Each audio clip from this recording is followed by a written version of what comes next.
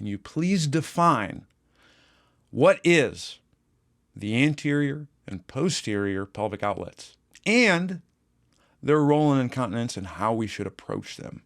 Why, yes, I can.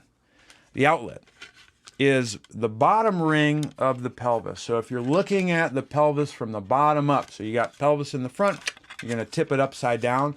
You're going to draw a line that, or a circle that basically outlines the bottom of the sacrum and the bottom of the innominate. And that, folks, is the pelvic outlet. What's filling in the pelvic outlet is your pelvic floor. So the pelvic floor stuff that we talked about in the previous question, check it out in the show notes if you missed it. But that area is what fills in the outlet, is the pelvic floor. And we're going to break up the outlet very similarly to what we did with the pelvic floor. There's two aspects. You got the anterior portion and the posterior portion of the pelvic outlet. And now if we look at this in relation to incontinence, or namely if you're going to the bathroom, well, the location of your two sphincters that will control whether you're defecating or taking a whiz is, damn, rhyme, bars. The anterior portion of the pelvic floor is going to house the orifice that deals with the bladder. And then the posterior pelvic floor is going to deal with your rectum and your anal sphincter. So you got that going on in the outlets. So anterior is going to be more associated with number one. Posterior is going to be more associated with number two. Now, I'm just a silly PT on the internet. I have to say, if you are dealing with incontinence, meaning you can't control your bladder and your bowels for whatever reason, first things first, get it checked out by a professional, because there can be some bad things going on that could be contributing to that. There might not be, but there could be. And so you want to make sure that you rule that out. For example, there is a thing called cauda equina syndrome, where there is compression of some of the spinal cord tissues, and that can influence bowel and bladder control. You need to get that checked out. There could be other stuff going on within the genitals, like, check it out. Let's suppose that you got it checked out and you're like, whew, things are hunky-dory. What can I do from a movement perspective to influence my incontinence? Now, I think you could potentially have incontinence a couple different ways, because really it circles back to the previous question.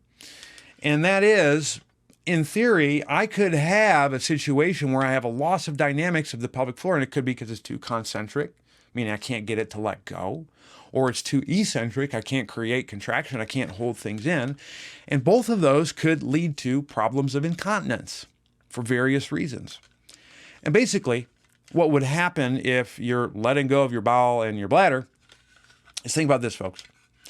If I have a ton of intra-abdominal pressure going on that my body cannot handle because perhaps I have an inability to maximize the dynamics of the pelvic floor, and that's just one component. In order to relieve pressure, incontinence is actually a useful strategy. I think that this is probably one reason why, if you've ever worked with someone who's worked out really hard and they end up going to the bathroom or leaking when they're doing something like kettlebell swings, that could be why. They create so much pressure in the pelvic floor and the abdomen region that in order to release some of the pressure, because they cannot handle it, they leak. Simple way to relieve pressure, but not very useful way to relieve pressure, because ideally we want to be able to maximize the dynamics of what's going on in the pelvic floor. How would you do that? Well, I'm glad you asked. From a movement perspective, the best way we can maximize pelvic floor dynamics, namely restoring nutation and counter-nutation of the sacrum, is through breathing, because when you take a breath of air in and a breath of air out, the viscera has to move downward and it has to move upward, and your sacral positioning is going to be influenced by that. So coaching the stack, making sure you can get the tuck, going through the full breathing sequence. Don't worry, it's going to be in the show notes, fam. Check it out. That's going to be a good starting point for a lot of individuals who have incontinence issues. If you can do that, One, and then two, you can get someone to go through a full depth squat, because when I go through a squat, folks, I have to be able to counter-nutate and nutate the sacrum at various aspects of the range. High and low, I have to be able to counter-nutate. When I hit the mid-range, I got to be able to nutate the sacrum. All of that, if you can get someone to get to a full depth squat, they're going to be pretty dynamic in the pelvic floor. And that could potentially have a positive effect on incontinence. I'll have a post in the show notes that's going to dive into that. And if you do those two things, on the movement side of things, that could potentially have some profound impact on incontinence. Now, I would be remiss, folks, to say that if you just do those two things, things are going to be hunky-dory. It may be useful and is probably worthwhile, because I'm looking at things from my bias lens to how can we influence movement from a global perspective to increase someone's capability to move better, and that can have a profound systemic effect on symptoms. But it totally could be a possibility that you could have a local issue that is the rate-limiting step. And that's where working with someone who specializes in pelvic floor stuff could be really useful. Maybe you're someone who needs internal work to be able to maximize the dynamics of the pelvic floor. Perhaps there's other certain things that a pelvic floor specialist could do that your boy can't. And that would be really worthwhile to pursue. Personally, what I found is if I have someone who comes to me with some pelvic floor issues and we hit a plateau, a lot of times going that route seems to clean up most things. Conversely, I've also worked with some people who've had pelvic floor issues of incontinence, and they've worked with a pelvic floor specialist, and they got some good benefits, but they hit a plateau. And then when they came to me, they finished the job.